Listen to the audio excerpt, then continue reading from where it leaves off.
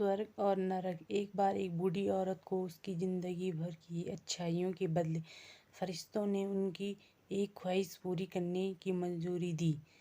उस बूढ़ी औरत ने फरिश्तों से कहा कि मैं मरने से पहले एक बार स्वर्ग और नरक दोनों की यात्रा करना चाहती हूँ।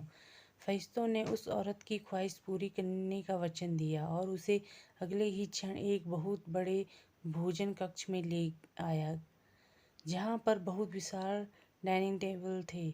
उन पर बहुत ज़्यादा स्वादिष्ट दिखने वाले भोजन रखे हुए थे और बहुत अच्छे अच्छे ड्रिंक्स भी रखी हुई थी।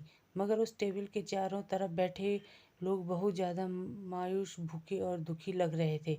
उस औरत ने देखा कि उन सभी लोगों के हाथों पर कोहनी तक लंबी लंबी चम्मच बंधी हुई है। वह लोग जब भी उस चम्मच से खाना उठाकर अपने मुंह तक ले जाने का प्रयास करते तो उनकी कोहनी मुड़ नहीं पाती और खाना उनके मुंह तक कभी पहुंच नहीं पाता। बूढ़ी औरत ने फरिश्तों से पूछा, क्या यह नरक है? फरिश्तों ने कहा, हाँ। औरत ने तुरंत कहा, मुझे यहाँ से दूर ले चलो, और अगले ही क्षण उस बूढ़ी औरत को एक भोजन कक्ष में लाया गया। उसी भोजन कक्ष में जहाँ पर बड़े बड़े डाइनिंग टेबल थे, बहुत स्वादिष्ट दिखने वाले भोजन और अच्छे अच्छे ड्रिंक्स टेबल पर सजाई गई थी। मगर इस बार डाइनिंग टेबल के चारों तरफ बैठे हुए लोग खुश थे और उनके चेहरों पर संतुष्टि थी। बूढ़ी औरत ने फरिश्तों से कहा, यह तो वही भोजन कक्ष है, वही भोजन है, वही ड्रिंक्स है, मगर फ़र्क इतना है कि यहाँ के लोग खुश दिख रहे हैं। ऐसा क्यों है?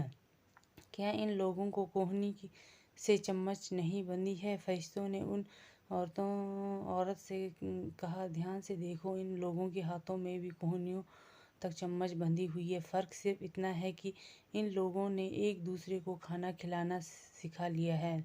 दोस्तों, इस छोटी कहानी की तरह भी हम चाहे तो हमारे जीवन में भी इसी पृथ्वी पर ही स्वर्ग या नरक दोनों का अनुभव कर सकते हैं।